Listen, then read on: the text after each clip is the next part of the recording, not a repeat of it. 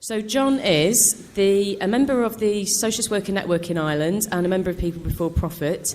He's also the editor of the Irish Marxist Review and the author of Lenin for Today, amongst other books, which is available either after the meeting or from bookmarks. So thank you very much, and I'll hand over to John. Thank you very much. Comrades, I'll start with the fact that outside of the revolutionary socialist left, and that's quite a big outside, unfortunately, there is close to an overwhelming consensus, a large majority anyway, that would answer the question at the head of this meeting, is Leninism authoritarian, with a resounding yes.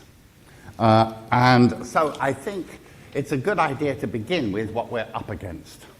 And what we're up against is a narrative of the whole history of Lenin and Leninism, which was carefully constructed in detail by, in the first place, the American establishment academy on behalf of the American state, but with its huge cultural and intellectual influence spread around the world through innumerable experts, scholars, professors, and so on, including many former opponents of Lenin from Russia, from the Soviet Union, ex-Mensheviks, and so on. I'm going to try and summarize that narrative as consisting of 5 main propositions. Right. First, that Lenin, from the beginning, was driven by a personal will to power. It was his personality. He was an authoritarian person, and he was after power for himself. Second, that he constructed the Bolshevik Party as an authoritarian party and as an instrument of his will to power, as a top-down organization, often seen as being outside of the working class and standing above it. Third, that the Russian Revolution, which began as a spontaneous and democratic revolution, was subverted by Lenin and the Bolsheviks in an opportunistic coup in October 1917. That was not a genuine people's revolution. That was a coup from above which established Lenin and the Bolsheviks in power. Fourth, that once in power, Lenin and the Bolsheviks established an authoritarian regime, a dictatorship over the proletariat, which then led directly on to the nightmare of Stalinism. So there was direct continuity between Lenin and Stalin, Leninism and Stalinism, and the totalitarian dictatorship that prevailed in the 1930s.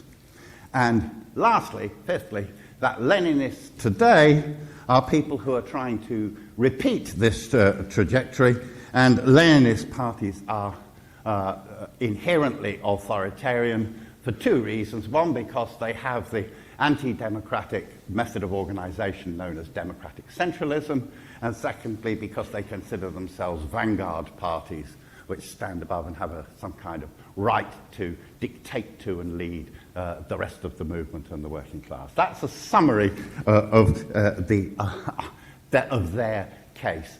It's worth stressing how pervasive this is, because it's clearly an argument that is put by the right, and the right, as I say, particularly originally in America, but the rest, but it also is accepted by almost all mainstream social democrats, some left social democrats, and it stretches as far as anarchists and various versions of libertarians and autonomists and so on.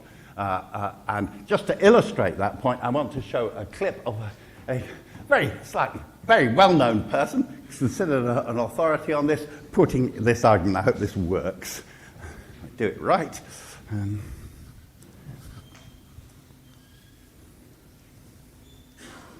This is, you'll recognize, Noam Chomsky. As blithely as you did tonight. I say that, and I think it's also important to point out that that is an unquestioned assumption and also an easy applause getter we saw that you share with the mainstream media. And I think if it were actually that simple, the horrific kinds of measures that even bourgeois historians describe as a counter-revolution under Stalin would not have been necessary if they were all the same to begin with. Now, in short, to sum up, the situation that you have outlined tonight, I think, is extremely serious, and I think it's important that we all take it seriously. What we're talking about is literally the fate of millions of lives around the world, particularly in the international politics that you described. That being the case, then I think we need a full and a serious and a fair discussion of various different alternatives, not just talking about the horrors of capitalism, but actually how to change it to end this stuff once and for all. Well, I think you made it, yeah.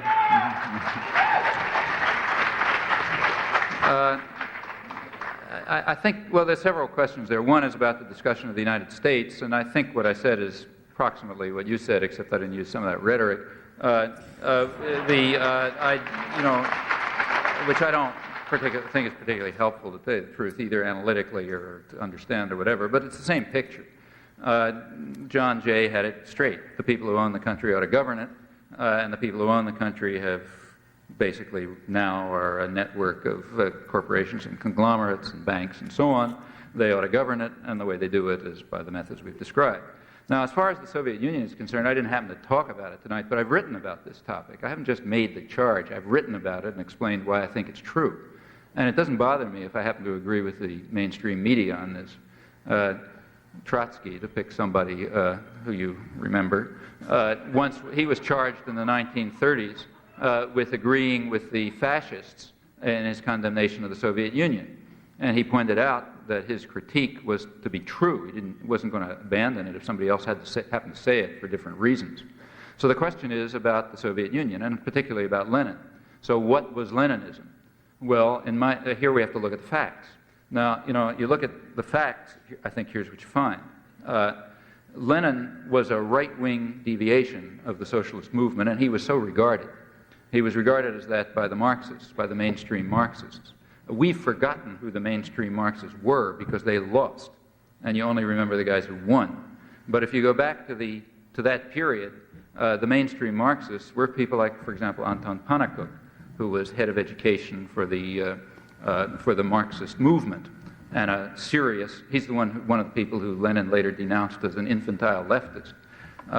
But he was one of the leading intellectuals of the actual Marxist movement. Rosa Luxemburg was another mainstream Marxist, and there were others. And they were very critical. In fact, Trotsky was one up until 1917. They were all very critical of Leninism because of this, what they regarded as this opportunistic vanguardism. The idea that the radical intelligentsia were going to exploit popular movements to seize state power and then to use that state power to whip the population into the society that they chose. Now, that was quite inconsistent with Marxism as understood by the mainstream sort of, I'd say, left Marxists. From this point of view, Bolshevism was a right-wing deviation. Trotsky made the same points up till 1917. Now, when Lenin came back to Russia in April 1917, he took a different line, quite a different line from the one he'd had in the past. You take a look at Lenin's work, it shifted character in April 17. In April 1917, it became kind of libertarian. That's when he came out with the April Theses, and that's when he wrote State and Democracy. It came out a year later, but that's when it was written.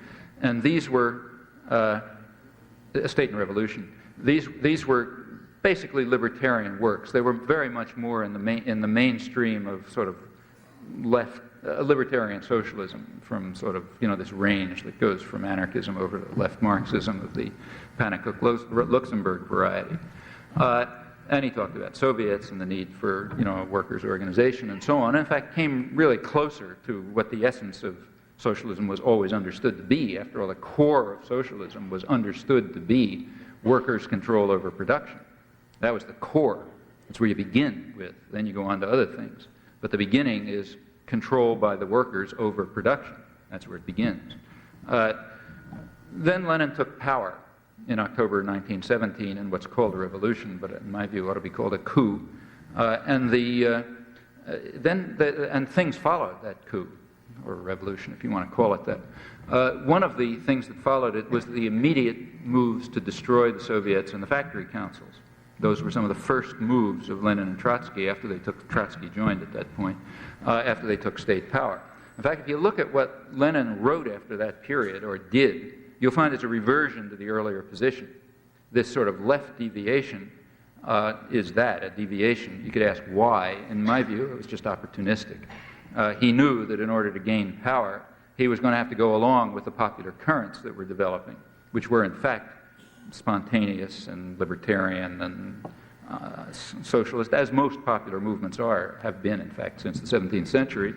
And being an astute politician, which he was, he sort of went along with that and talked the line that the people wanted to hear. It's just like when an American politician goes somewhere and his pollsters tell him, say so-and-so, and he says it, doesn't mean he believes it.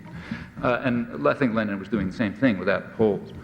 In any event, whatever your interpretation is, when he took power, he reverted to the former vanguardism and moved at once to eliminate the organs of workers' control.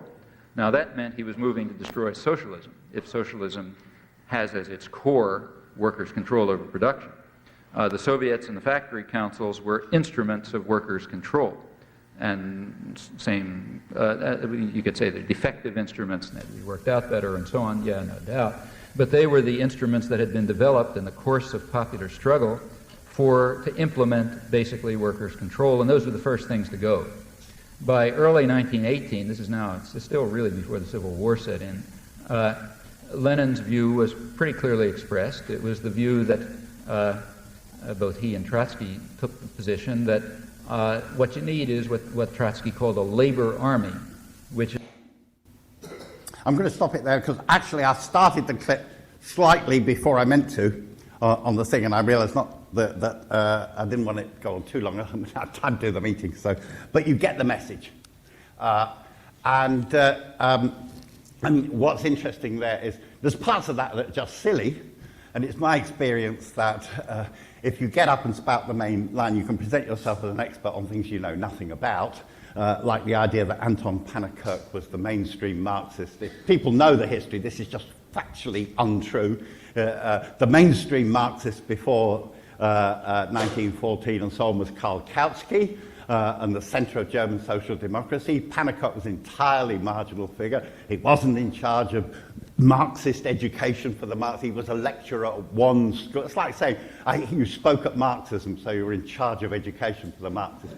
You know, it's silly stuff. You know, and he gets the name of state and revolution mixed up and so on. But leaving aside the silly stuff, as long as you're on that mainstream message, you can present yourself as an expert and say you're dealing with the facts. But leave aside that. I'll return later to Chomsky. What I want to do, first of all, is to present an argument against all the what I call the 5 elements of that narrative. That's a lot. I'll do it as quickly as possible, particularly because I want to say a fair bit about Leninist organisation and so on today, which I think is an issue we confront in the movement. So first of all, the idea that Lenin was from the outset possessed of a will to power and saw himself as Chomsky said, you know, striving to create an organisation that would eventually seize power and establish his dictatorship is, to my mind, makes absolutely no psychological sense whatsoever. I'm not in favour of individualistic psychological explanations of history, but even in those terms, it makes no sense. The idea that in the 1890s, Lenin would get himself sent to Siberia after joining an organisation of 30 people, knowing that in 25 years' time he was destined to take power, is just absurd, to be honest. And attributing this to other Lenin, I just think it's extremely stupid. And you could go through, the idea that the smart move to make in 1914, when war breaks out, was to oppose the war with every fibre of your being, to take the position of turn the imperialist war into a civil war, a revolutionary division. Obvious opportunistic move, just like an American, just like an American politician. Okay, silly, right? But the idea that the Bolshevik Party was created as an instrument of Lenin's will and was an anti-democratic, undemocratic party simply, again, does not fit the facts at all. There was a split in 1903 between the Bolsheviks and the Mensheviks, as people know. It doesn't matter what the split was about at this moment. But it's interesting, isn't it? Why were the Bolsheviks called the Bolsheviks? Because they were the majority. Bolshevik, that's the Russian word for means majority.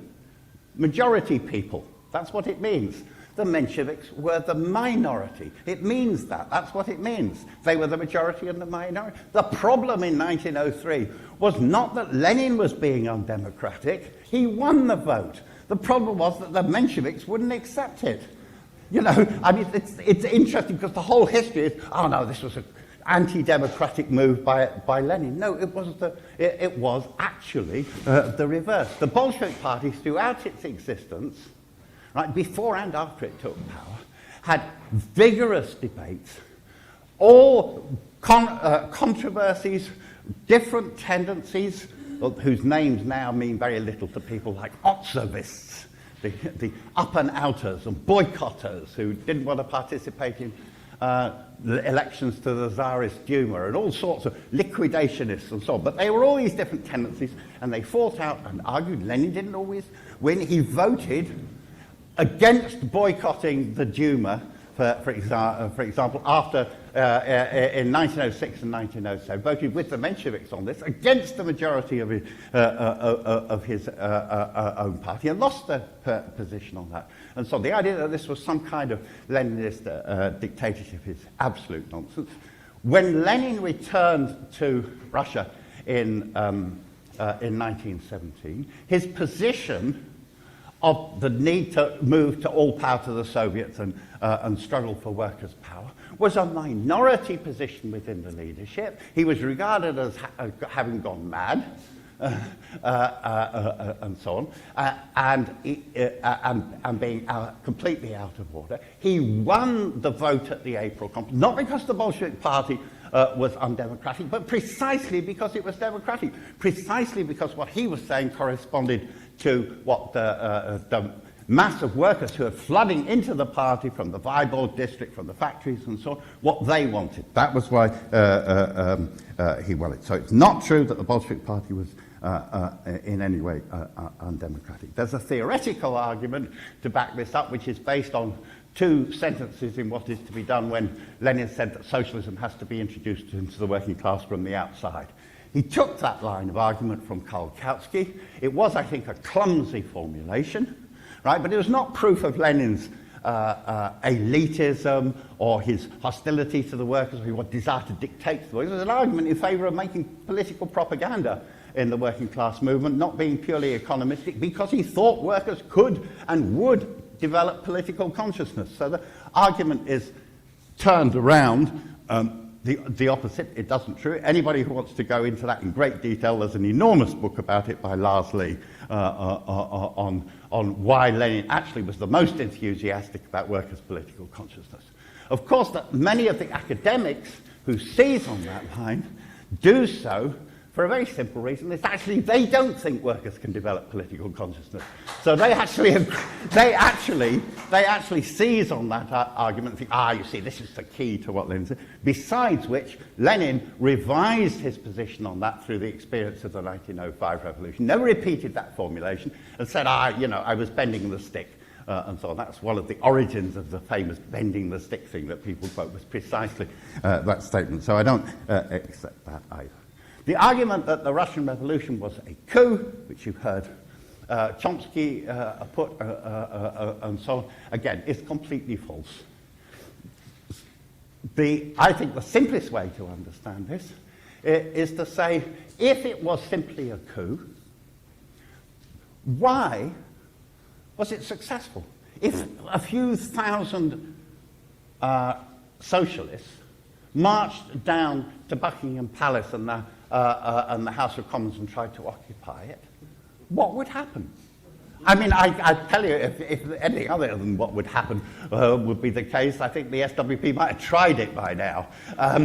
What would happen would be they would send the cops and the army and clear you out.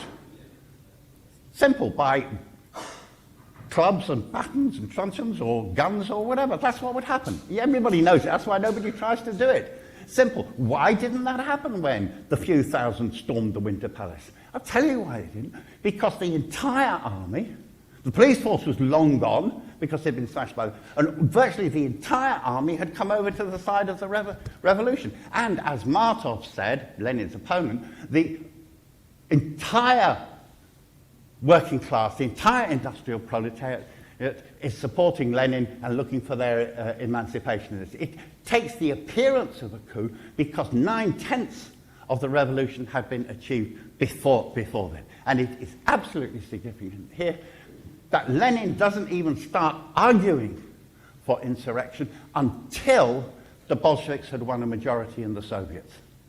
They win a majority in the Soviets at the end of August, beginning of September, by fighting against the Kornilov counter-revolution and so on. That's when they win a majority, and it's then that he starts to talk about moving to take state power. So it's completely false that it was a coup. Now, what about Leninism in power? Is there an element of authoritarianism here? Yes, there is, and for a very good reason. Let me quote Engels writing in advance on this. Engels says there were people who said that Marxists were authoritarians around in his day, and he said this about them. Have these gentlemen ever seen a revolution? A revolution is certainly the most authoritarian thing there is. It is the act whereby one part of the population imposes its will on the other part by means of rifles, bayonets, and cannon. Authoritarian means, if such there be at all. And if the victorious party does not want to have fought in vain, it must maintain this rule by means of the terror which its arms inspire in the reactionists. Would the Paris Commune have lasted a single day if it had not made use of this authority of the armed people against the bourgeois? Should we not, on the contrary, reproach it for not having used it freely enough? That was what Engels said. I think Engels counts as a mainstream Marxist, though that gets debated by some people. That's what Engels said on this question, and Lenin fully understood that, it has to be said, and was clear about it. And of course he was absolutely right, because following the revolution, following the October Revolution, the seizure of power by the Soviets, there is the most horrendous reaction unleashed against the revolution by the Tsarist generals, the White Guards, backed by, as soon as they could get it together and stop killing each other, by the forces of imperialism and so on, the 14 armies invading Russia, etc., and they had to fight for their lives. And civil war, sadly, is not a pleasant thing. It is not, as it were, a school for good manners. It involves all sorts of bitter fighting, and of course excesses and atrocities get committed. It's significant here that the people who attack the Bolsheviks, and Lenin in particular for their authoritarianism in those circumstances, just ignore the objective conditions in which this was occurring. And they don't measure how the Bolsheviks behave in comparison to how any other regime behaves in such a situation or when fighting for its life. No, they act as if it was just the fulfillment of Marxist ideology and so on. The decline of the Soviets that he goes on about is as if, oh, well, Lenin and Trotsky suppressed the Soviets. How? Imagine you had Soviets all over Russia, full of workers. The Tsar couldn't repress them. Kerensky couldn't repress them. How did Lenin and Trotsky repress them? Unfortunately, well, that's not what happened at all. What happened is the life drained out of the Soviets because the working class was smashed in the conditions of the Civil War. But this real history is left out because you can just assume, oh, it was Leninist authoritarianism. Okay. I'm just checking my time because I want to say something about the last part of the argument, which is about Leninism today. Two parts of this: democratic centralism and vanguardism. I want to argue that democratic centralism, far from being an anti-democratic form of organisation, is the most democratic form of organisation. You would think, when you hear people say democratic, oh, that's bad, you would think, for example, that the alternatives to it yielded splendid democracy.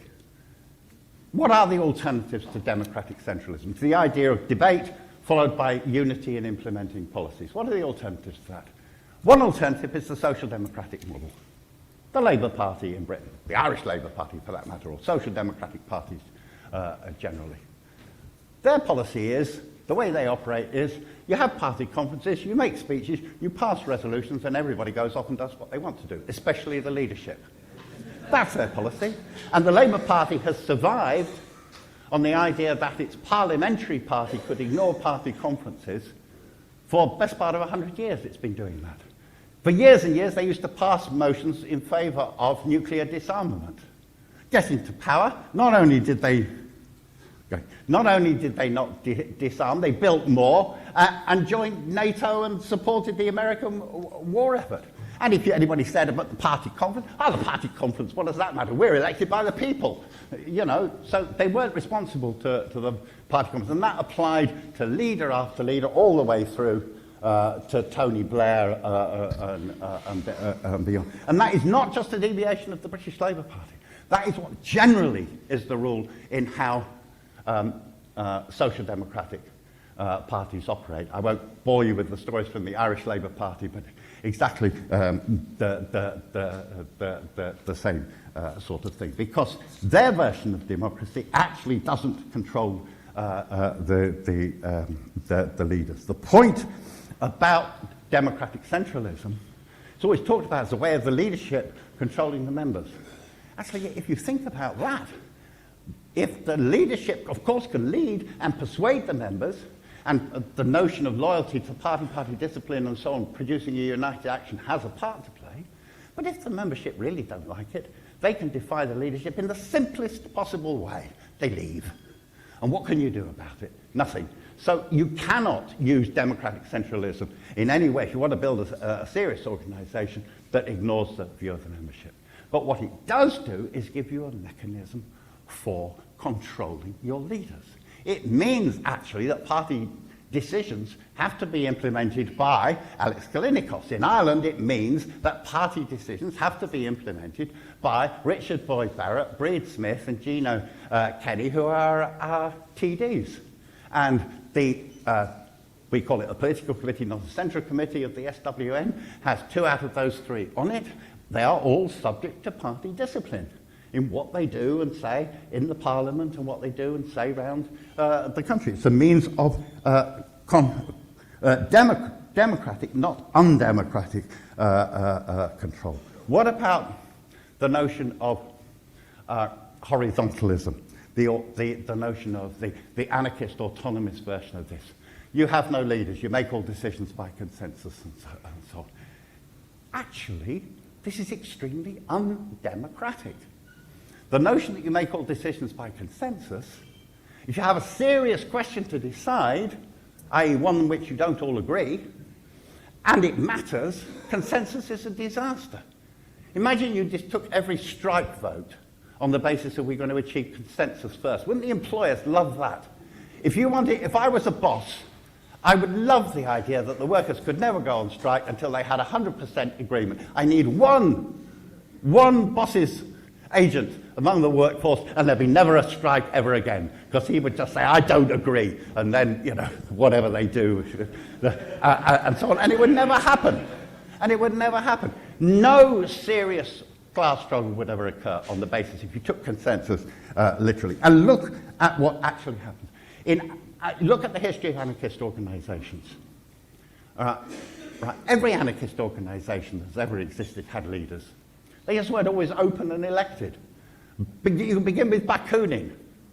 I used to do meetings on anarchism and ask, did anybody in the audience know what Bakounin's organisation was called? And usually there was one person who did. We all heard of Bakounin, the great anarchist. Almost nobody's heard of his organisation. It was secret, but he was the leader of it. You hear about the Makhno movement in Russia, the anarchists in Russia. Anybody know what his movement was called? No. It's by the name of the leader. And so it goes on to Danny Cohn-Bendit in France and so on. And look more recently, and it was a great movement, the Indignados movement in Spain.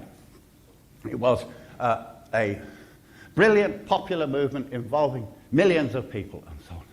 was anti-political party, anti-leadership. First of all, being anti-political parties, you have to enforce that by authoritarian means. I remember talking to our comrades, why can't you take your banners?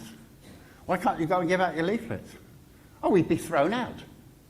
In other words, the no parties turns into actually a ban on people. It's actually fairly authoritarian. And then look what happens. The moment they have a political struggle to wage in terms of elections, that movement is hegemonized by, not exactly, but broadly, by Podemos.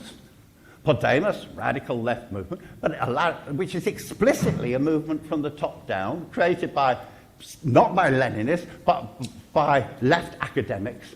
And they said so. They said, we don't want to negotiate with the rank and file and go through that. We're going to say what to do it, and we'll attract support. And when they attracted support, one of the first things they did was actually disempower their grassroots and establish the effective leadership of the self-appointed leadership and so on, and turn Podemos, therefore, into sort of another part of the political system. Okay, so it is not true that rejecting democratic centralism in some way or other gets you a more democratic form of organisation. It gets you a less democratic. What about the vanguardism? This is nice because it's, well, I say nice for anti-Leninists. They're vanguardists. Makes you sound terribly elitist. But it's a complete misunderstanding of what Leninist vanguardism means. It does not mean that we, or whoever you're talking about, or the Bolsheviks, are the self-appointed leaders of the movement. Not at all. It means that within the working class, there is always uneven development. There are, in every factory, in every workplace, in every school, wherever you're talking about, there are those who actually take the lead, those who actually take the initiative in calling a strike, in organising the picket line, in resisting the employer, or in every community in organising to defend council housing, whatever you're talking about.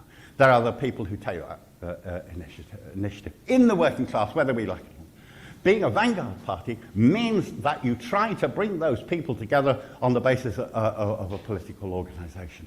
You only become the vanguard by being able to be in the front of the struggle, being able to say what you do tomorrow, what you do next Friday and Saturday in your case, but also beyond and so on, by giving a concrete lead, not a lead as in you give people orders, but a lead as in you propose a way forward that you try and win other people democratically towards. It's again an extremely democratic concept and democratic way of operating. I just want to say a word about Lenin in this context.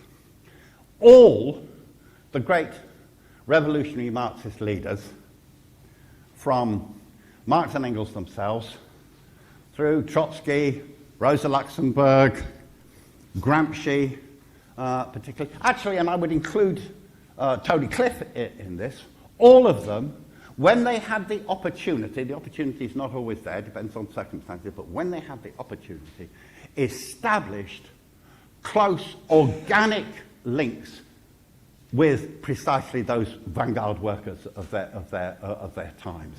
I'm old enough, and one or two of people in this room will have been old enough to see Cliff doing it, right? But of all of them, no one was this more true than it was of Lenin, right? He was quite different, for example, from Plekhanov, who was aloof and didn't know how to relate. Lenin, from the beginning, was involved in factory agitation. Of course, a lot of time he was in exile. When he was in exile, he found any worker he could to talk to. But he always had this deep connection with the actual living workers and actual living workers movement. And when you read Lenin, he's always speaking with that kind of worker militant in mind. He sees the world through and in conjunction with the eyes of that worker. And when it comes to October 1917, Lenin's fight is with the leadership of the Bolshevik Party, who are conservative on the question. And he threatens to resign at one point. He says, if you won't organize the insurrection, because the revolution, the fate of the revolution is at stake, if we don't act now, the counter-revolution will crush us. He threatens to resign and says, I'll resign from the Central Committee and I'll go to the sailors. Meaning, not obviously just the random sailors, the sailors of the revolution. I will go to those people. I'll go to the workers. All right, the Kronstadt and so on. This is Lenin, extreme democracy. Now, the last point I'll make is this. We Leninists, everywhere in the world, more or less, are a tiny minority, unfortunately. Obviously, we aspire not to be, but we are a tiny minority. Clearly, we cannot dictate to or order the working class about. That's an absurd idea. Absolutely. We can only hope to win wider layers of workers and students if we operate, democratically ourselves. It's extremely important. People won't accept an undemocratic organisation. The working class is a democratic class. They'll reject it. Right?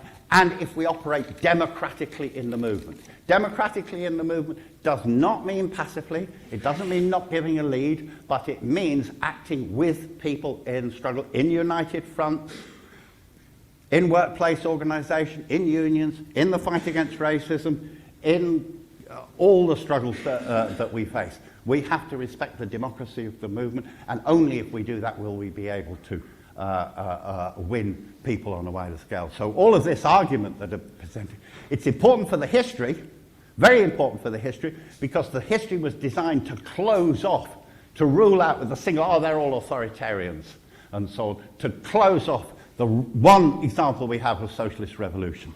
Its aim is to shut that down. Right, so it's important to reclaim the history, but it's also important for our practice today.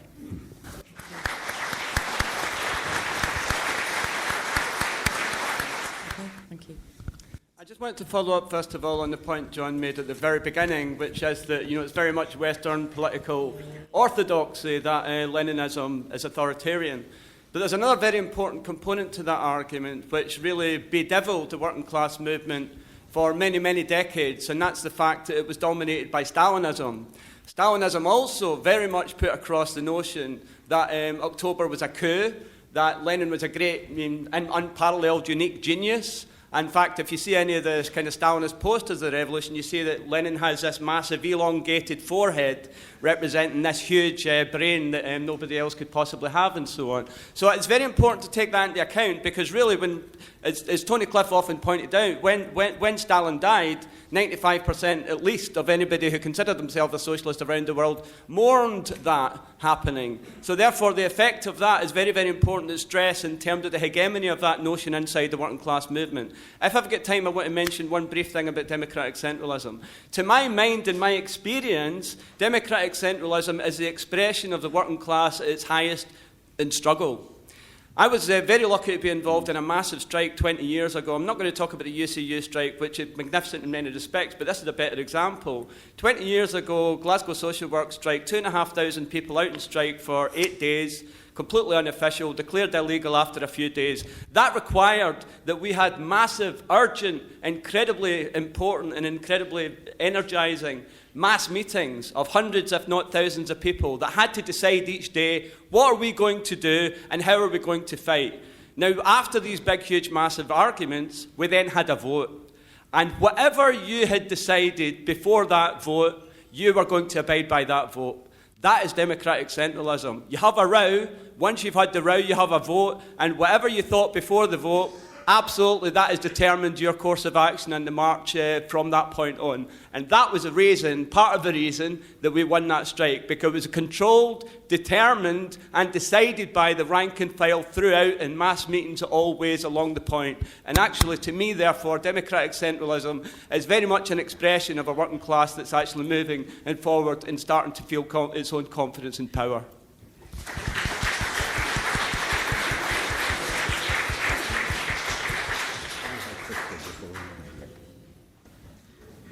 John referred to the mainstream Marxists. Well, I think you need to really consider their role in the question of the First World War, because up until 1914, it was the position of all the main socialist parties that They'd have a general strike if the war broke out. There would be a mass upsurge, and they would overthrow the capitalists, etc., etc. And what exactly happened? Kautsky in Germany, the whole of the Labour Party, bar MacDonald and Keir Hardie, virtually the whole of the French Socialist Party, the Russian Mensheviks, etc., they all threw their lot in with the capitalists and joined in with the warmongering. And the only opponents were in Germany, Luxembourg and Liebknecht, elements of the anarchist CGT in France, and the Bolsheviks, and for some reason the Serbian Socialist Party. So many were imprisoned and ostracised. Lenin attempted with others to try and end the war in Zimmerwald and Kienthal. And when the Bolsheviks actually finally managed to seize power, they did what they were promised, and they ended the war. Something that Chomsky and his co-thinkers tend to forget about. And they also forget about the next passage of the historical period, which is the attempt by the capitalists to overthrow the Russian Revolution, in which Britain, France, the US and Japan threw hundreds of thousands of troops in alongside the Russian white forces to try and drown the revolution in blood. The toll taken on the Russian working class and the Bolsheviks was absolutely immense. The Bolsheviks and Lenin tried to rebuild Russia, socialist Russia, but regrettably the odds were too great, and that he failed is more to do with the overwhelming odds that the fledgling Soviet state faced, rather than some intrinsic anti-democratic tendency within the Bolshevik party. The woman at the back on the floor will be followed by the man in the white T-shirt there with the glasses. Okay, I've got you.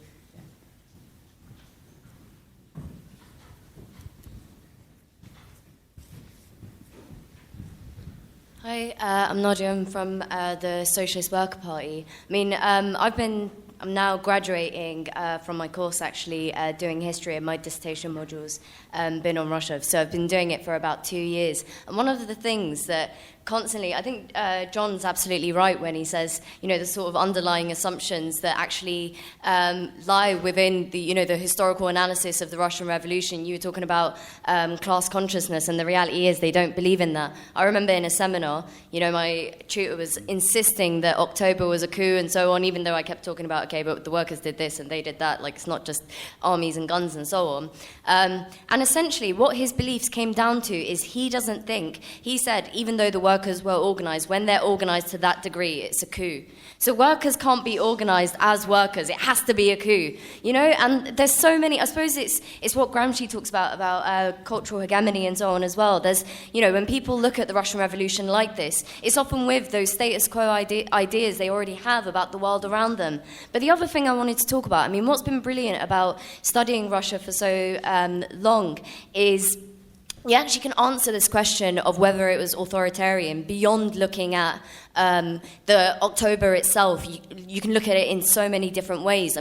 My dissertation is on sexual liberation in the Russian Revolution, and the Zhenit Del and all that it achieved and so on.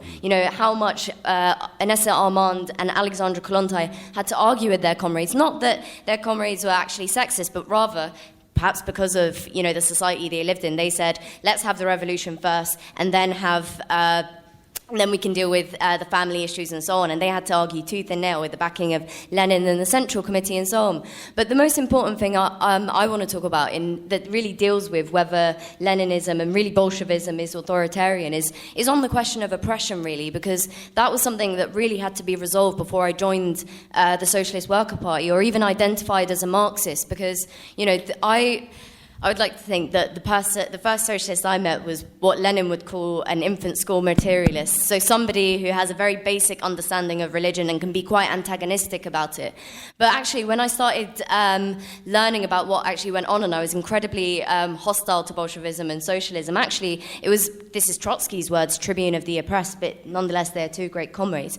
Actually, it was incredibly democratic and inclusive in terms of, the way the Muslims in the empire were treated. 10% of the Russian Empire were Muslims. And what did they do? Once the revolution had happened, people were allowed to get married in either the Soviet courts or the Sharia courts. It didn't matter. There was a debate about the headscarf, actually. And there were people, and Stalin was of the other side where it's like, no, it oppresses women, and of course he would bring this back. But actually the argument was around, is it oppressive or not? And what was the argument? No, actually we should grant people economic independence so that they're not tied down, but what a woman decides to wear is ultimately her choice. We need to make sure she has the options available and so on. Sum up now, please, comrade. Yeah, I'm going to leave it at that. Brilliant. Thank you.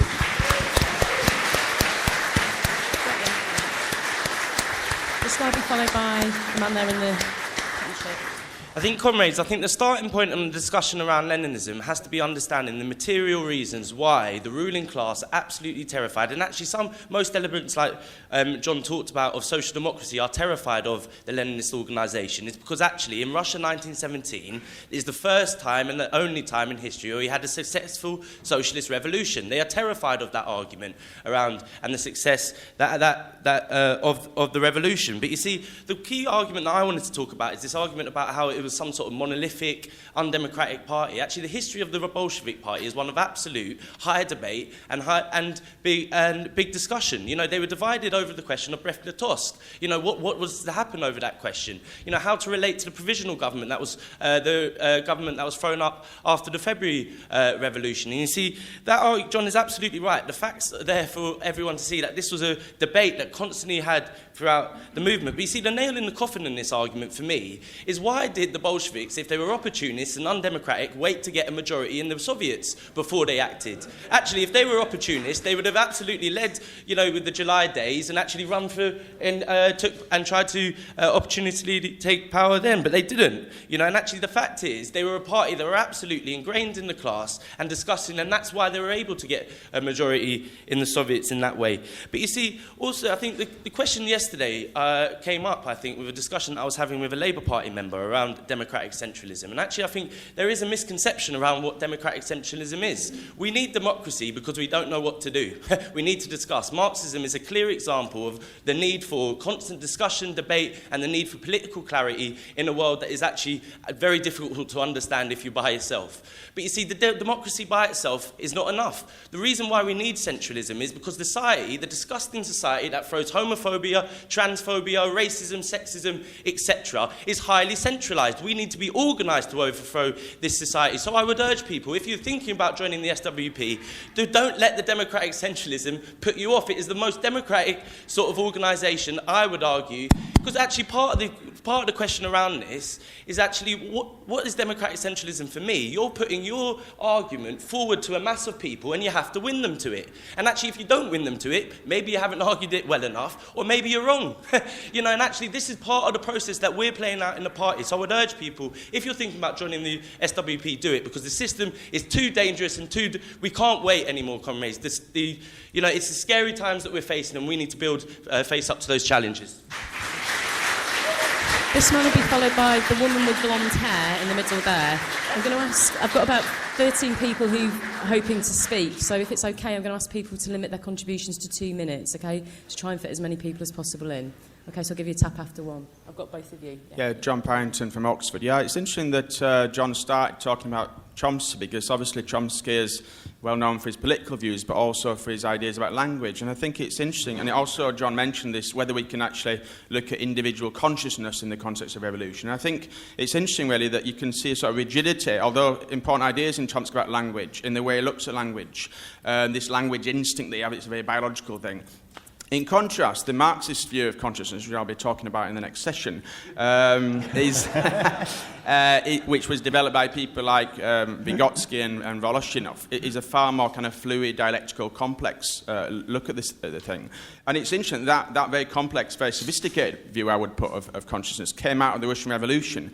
And that, to me, doesn't really square with the idea this was an authoritarian coup, with a massive thirst for new ideas. It wasn't just in science and the arts as well, incredible flowering. That all came to an end with Stalin. I think that shows the difference between the original revolution and then the Stalinist system after. But I think the other interesting point about what people like Voloshin and Vygotsky said about consciousness is they saw it very much as a kind of boundary phenomenon, the individual brain, but then, you know, the society that influences that, but above all, a contradictory consciousness. And I think it's interesting that Lenin in particular was able to see just how contradictory consciousness could be during a revolution. And that was incredibly important, because he could see when it was important to move forward, because the masses were moving forward, but when it was sometimes important to step back. And that was crucially important during, say, in August in 1917, because if the Bolsheviks hadn't known when to retreat as well as when to move forward, we would have had probably a real coup, which would have been a fascist coup. It was Trotsky, I think, that said that the word for fascism would have been Russian. And that's exactly why we needed a democratic centralist Bolshevik party that could lead things forward. Otherwise, it would have really been a reaction and a coup.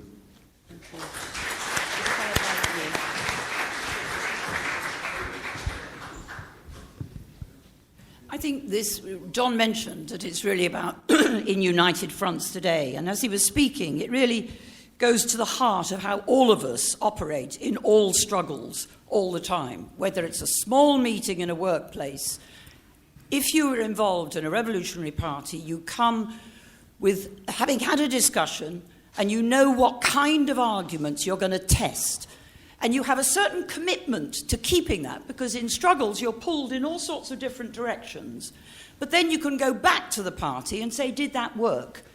And that mechanism is really in our DNA, I think, from the tradition that we come from. And I want to give just a brief example from Ireland. Now, it's lucky in a way because we've had a big struggle, but this can apply to small struggles too. And it's a concrete lead. And if it doesn't work, it has to be revised. So when we went into the repeal campaign, we had two concepts, really. One was an argument to make, and the other was about the kind of action that we could have. On the kind of action, it was really important, because it was an electoral campaign, remember. So it's about quite a passive thing, voting. So our argument was people power on the streets, more mobilisations, mass canvasses, etc. That was really important to get the movement going in quite a difficult situation, because it's a passive thing like a vote. Secondly, the key argument, and this is what we've all learned from Tony Cliff and Lenin, is what was the key argument. And we said two things: choice, because everybody else was ducking that, and secondly, access, because it's about working class women. It's not just about abstract equality, because everybody with money can get abortions. And we push those arguments and push those arguments. And then we look now at how have we succeeded in that? Well, number one, we have recruited more people to people before profit. And the role of the SWN in that was vital, because the SWN pushed, first of all, in people before profit for these arguments, and then in the campaign for that. And various metaphors have been used, like a sharp axe, which I think is a bit kind of... but there's also cogs and wheels. It's how you work in a bigger movement of people. And without the Revolutionary Party, you are in the wind. You'll blow. Sometimes you might be okay, but you blow. Whereas with a Revolutionary Party, you have the argument to make and the testing of whether it's right. The man in the white T-shirt will be followed by the woman just there. Yeah. Phil Walden. I disagree with the speaker when he says that Lenin first started arguing for the revolution in August, September 1917, when the Bolsheviks established a majority in the Soviets. Why did Lenin return to Russia? He started arguing for the revolution in April. Why did he start arguing for the revolution in April, and why did he take it as his mission to try to convert the Central Committee, who, by the way, all thought that Lenin was mad when he came back in and started arguing for revolution? Why did Lenin do that? Because he'd read Hegel in the Bern Library, and Hegel's concept of contradiction had explained to Lenin that the conditions of the Russian population were incompatible with the conditions of the war and the inaction of the Kerensky government. I also think that the one-man management is a concept that socialists in the factories is a concept that socialists have to critique democratically. Also, before the revolution, it's difficult to criticize Lenin, I think. But in 1910 to 1912, he had an argument with Bogdanov within the Bolshevik Central Committee, which I think Lenin mishandled. He regarded his argument with Bogdanov as a political argument, whereas in fact it was a philosophical argument. Bogdanov ended up getting expelled from the party by the Lenin faction. In fact, the argument, Bogdanov was not trying to disrupt any of the actions of the Bolshevik party. The argument was over participation or not in the Duma, and also, which was not an argument that was disrupting the activities of the Bolshevik party from the Bogdanov side. And it was also about philosophical questions, which are crucial for socialists to understand for the revolution. Thank you. This one will be followed by the man with the beard in the middle there. Can you see me? Are you still listening? The guy? Yes, you.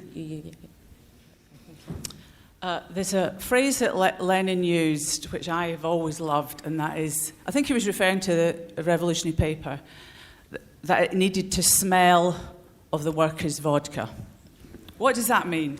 Because I don't know how much vodka Lenin drank, so maybe he wasn't familiar with the smell of the workers' vodka. But what it means is that the paper had to reflect the real experiences of the working class, of the soldiers and the peasants as well, and relate to the consciousness that they had, not just to mirror it, but to identify the issues around which revolutionaries had to organise. And I think it's a fantastic phrase, and we could apply it to the use of the revolutionary paper today. We are, as John has mentioned, we are a small minority. We have to relate to masses of people who are not yet at the state that we would like them to be. As we don't dismiss them, we understand through this work how workers change consciousness, the circumstances in which that consciousness can change. And we also identify that we have to go out and actually argue with people about it. There are crucial points at which that argument has to be made. And I think we're at one of those points now with racism in Britain. We understand through this revolutionary process of democratic centralism, of analysing the past and of relating to people where they are, that there's a real threat that the far right and the racists can grow exponentially in this country. That's the first time since I've been a revolutionary socialist. But we have to persuade hundreds of thousands of people more than us that is the case, and that is at the moment not happening. How would you do that? How do you reach over the media, through the media and the internet, to get to people to persuade them that that threat is real, but we have the power to fight it? And one of the ways we have to do that is, as revolutionaries, we get out and we get a socialist newspaper and we get a leaflet and we put those arguments to people where they are. In the factories, in the streets, in the colleges, in the universities, or as big a scale as we can, because that, I think, those stakes are getting high. And therefore, the methods that Lenin developed in the Bolshevik Party, where he had to go over the head of the leadership of his own organisations and relate directly to class-conscious workers, that's the situation we're in. And if you want to talk about authoritarianism, go and read the accounts that came out and commemorating the 100th anniversary of the Russian Revolution. I've read the first few chapters of Helen Rappaport's book about what was happening in Petrograd before February 1917. You talk about authoritarianism. How are you going to fight a Tsarist army that goes and puts machine guns on the top of shops and then just fires into a crowd indiscriminately? That's authoritarianism, and we now have the mechanisms we know we can organise to actually oppose that happening again. So Lenin is the man. Summit, please, comrade. Thank you. This one will be followed by the comrade with the white hair and the glasses. Yeah, just a quick thing on the importance, I think, of democratic centralism is that it makes the link between theory and practice, and and it's actually a process. It's not like a fixed thing. In our organization, we have lots of brilliant theoreticians and academics like John and others, and if we have this theoretical idea that, for instance, racism is a very important issue, how do we actually verify that we're not talking bullshit? Okay? We debate amongst ourselves and everything, and it's all, you know, a very free and open debate. And at some point, we take a vote, and we go out there, and we don't simply, you know, put out statements with lots of exclamation marks saying, you know, racism is bad and solidarity with Muslims and blacks and so on and so forth. We go and we actually build our organization. We build anti-racist organizations. And then, you know, the next year, you know, if it all goes smoothly and we don't have, you know, an emergency conference for some reason or something, the next year we come back and we actually have a richer debate because it's now based on experience. Okay, so, and if you don't have this kind of mechanism very, very, very quickly, first of all, you lose your link with actual people and what actual working people care for. And secondly, your theory becomes bullshit because it's not based on experience and practice. Thank you. The speaker will be followed by... But you'll be the last speaker. I'm really sorry to everybody. Loads and loads of people have indicated to speak, and we just haven't got time. But there's lots of time to carry on the discussions after the meeting, at lunchtime, in the bars, over the course of the event. So thank you. Comrades, John gave a very forensic justification of why democratic centralism was absolutely necessary in the history of the Russian Revolution. And that is vital to our armoury when we discuss with other people on the left. Because the question of democratic centralism is one of the main elements that separates us from the rest of the left. But the real point is we only look at the past in order to shape the future. And therefore, to be a Leninist, to be a democratic centralist, requires a big mouth, which perhaps some of us have too much of, but also, more importantly, big ears and observant eyes, where we watch and we learn from the class. Who teaches the teachers? The class teaches the party. But then the party has to generalise, and it generalises through discussion. And this is not just an optional extra. This is absolutely vital and central. Take the question of the rise of Tommy Robinson and the far right. Our eyes and our ears told us that this was a threat that was growing exponentially. There was a quick and hurried and urgent discussion inside our organisation 3, 4, 5 months ago. Then we took the decision to throw everything against the fascists and the Nazis. You need the centralism for that.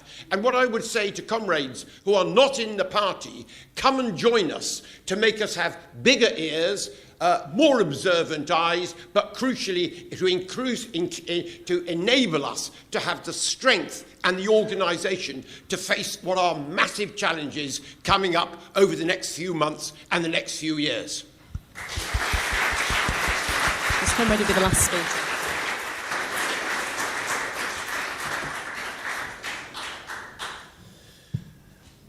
There's a few things that were not taken into account. By the way, I'm Comrade Carrion from Belgium. Yeah, is that the era in which the Russian Revolution took place was an era in which authoritarian regimes were a lot more cruel than today. And in Russia, there was still slavery, and death penalty was very common. Yeah, in those days, though, the Bolsheviks installed the most democratic regime ever, and that is including 100 years of class struggle. Yeah, so how can you talk about authoritarianism? Yeah, that's ridiculous. They had Soviets, yeah, in which every delegate needed to be elected. In the April thesis, yeah, Lenin states that every delegate was subject to be recalled. That's the most. There's no parliament working like that at the moment. Yeah, there is no right to recall. Yeah, actually, the coup Lenin gave evidence that was actually maybe slightly the case, because he was pointing towards war communism. He said, there's war communism, so we have to be more authoritarian, because in a war there's a hierarchy, because you need to give orders, yeah, because you're fighting your enemy. Yeah, and when Trotsky first met him, he was stupefied that he wanted an authoritarian regime. He says that Victor Serge describes that in Trotsky's life. Yeah, yet today we have one major advantage that I have not heard yet. Yeah? We are the collective memory of the working class. Yeah? And the workers are not stupid. We know what happened. We know what went wrong under state capitalism. Yeah? We know the history of the Russian Revolution. We've read the books by Trotsky and Victor Serge and other chronicles. Yes, miss.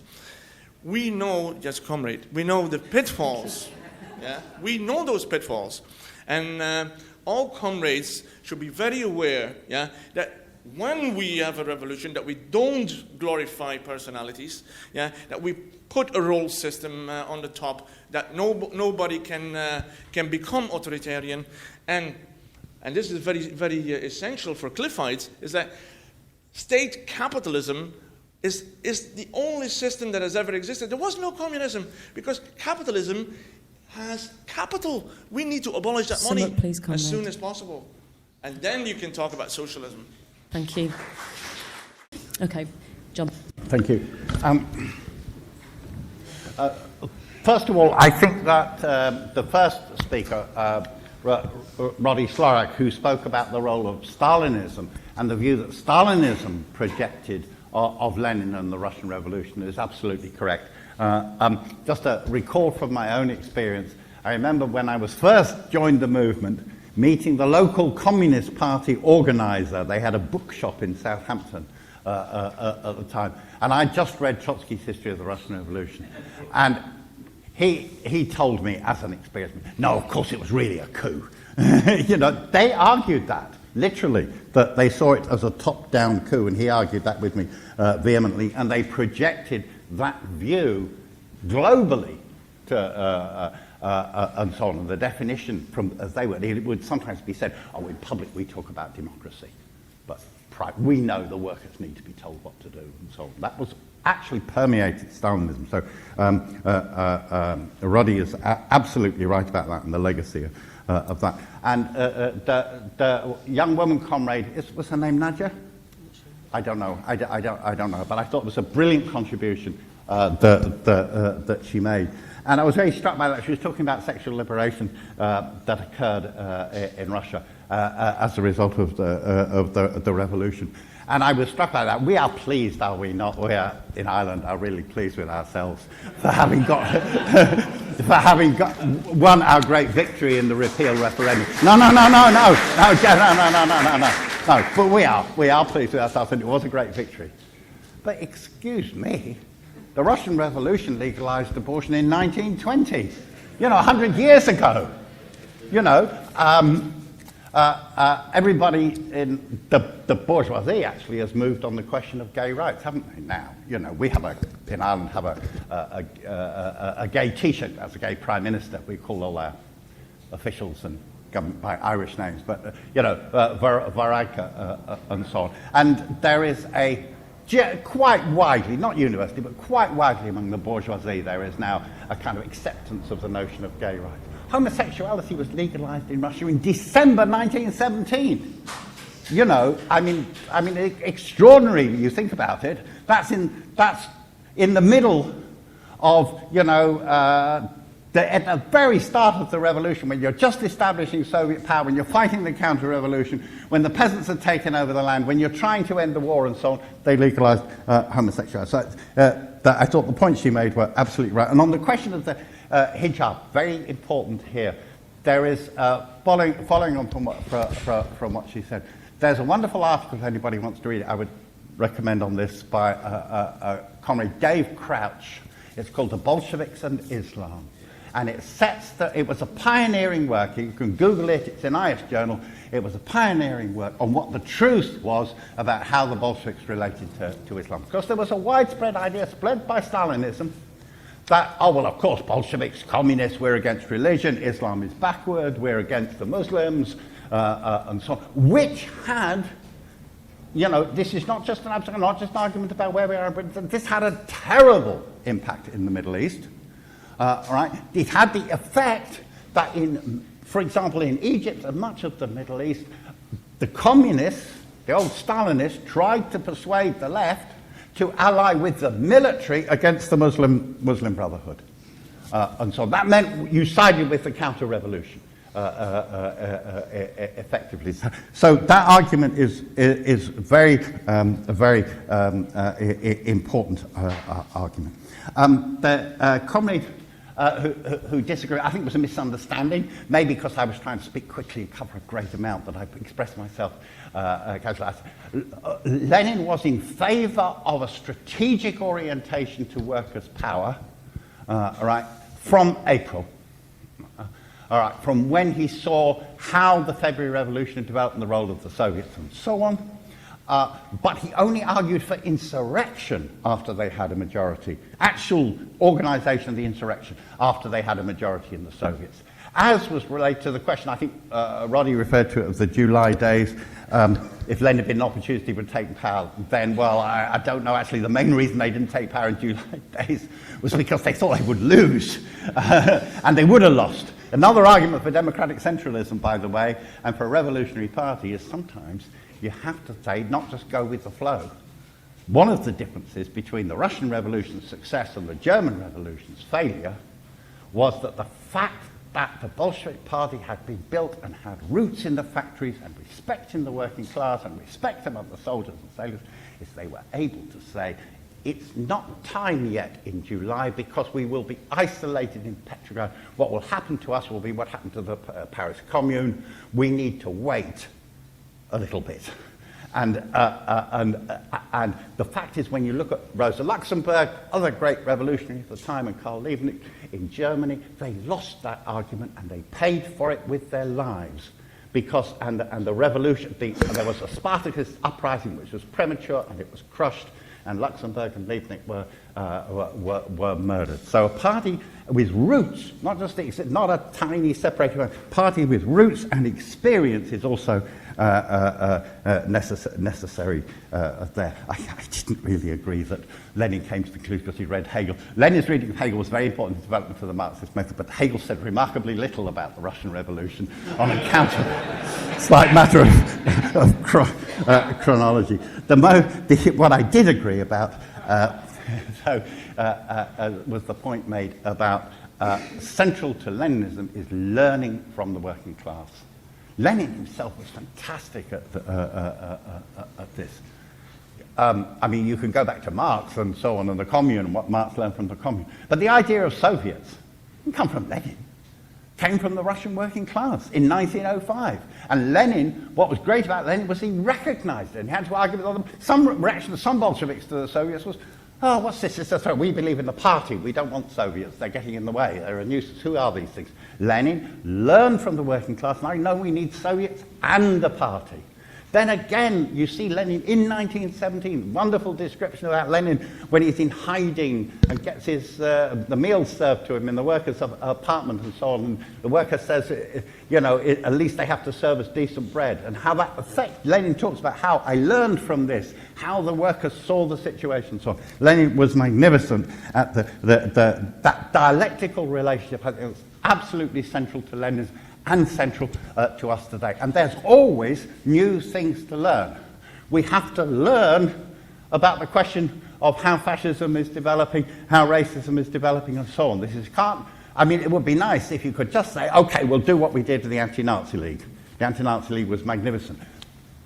We don't forget that. The memory of the class, as somebody said, is important. We need that. But you also need to be learning about how it's developing now and responding to that in practice. There are lots of other things we need to learn. There's internationally, a huge rising of women going on, from which we learn, as well as having something to teach.